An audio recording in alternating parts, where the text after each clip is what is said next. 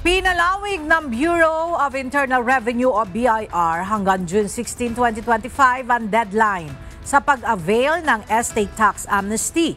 Sakop ng amnestiya ang ari-arian ng mga yumao bago o noong May 31, 2022 kung saan hindi pa nababayaran ng buwis sa ari-arian. Pinaalalahanan ng BIR ang publiko na hindi maaaring bayaran ang estate tax online. Kailangan dumaan sa over-the-counter payment sa authorized agent banks o sa mga revenue collection officers.